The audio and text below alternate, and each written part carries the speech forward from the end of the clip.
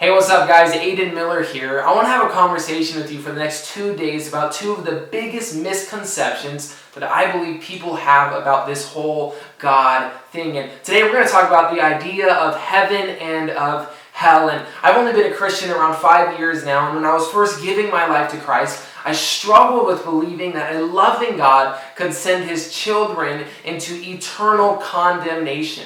And maybe you're here today and you've struggled believing that there's a God that you're supposed to love who would do something so bad by sending His children into hell. And maybe you've struggled with that belief as well. And today I want to share a little passage with you from a good friend of Jesus. His name was John. And John wrote a book about Jesus, and in his book he contains all of Jesus, or lots of Jesus' statements and sermons and messages. And I want to share a statement that Jesus made out of the book of John. It's found in John chapter 3, and this is what Jesus says. He says, "For God has so loved the world that He gave His one and only Son, that whoever believes in Him shall not perish but have eternal life. For God did not send His Son into the world to condemn the world, but to save the world through Him. Whoever believes in Him is not condemned, but whoever does not believe stands condemned already. He's not believed in the name of God's one and only Son." See, Jesus is saying, I'm not here to condemn the world. My job isn't to send you all to hell. No. Jesus is coming into the world. He's saying, I'm here to save you. God doesn't send His children to hell, but He saves us from hell. God's saying, listen, if you don't have me, you stand condemned already, because without me there is no hope, but with me there is hope. Get this, a perfect God made people, and these people had a choice. He gave us free will. And the people, like every human being who's ever walked the planet, has made a mistake.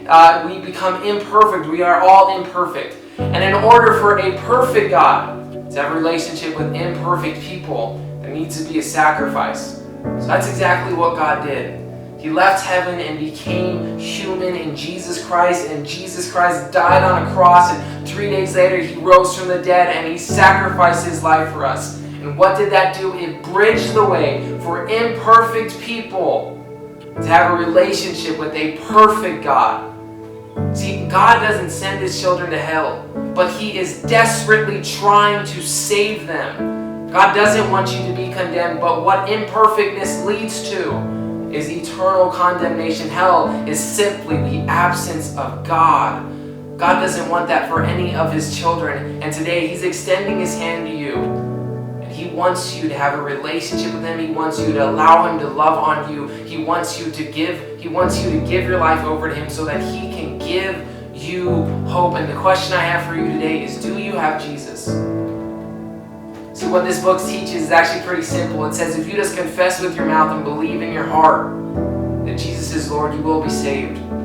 You don't got to start fixing up your life before you come to God. All you have to simply do right now, for the first step, is believe in your heart.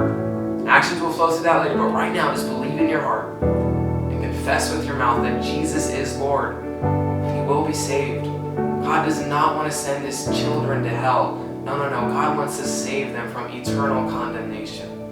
Just how He saved me 5 years ago, He can save you today.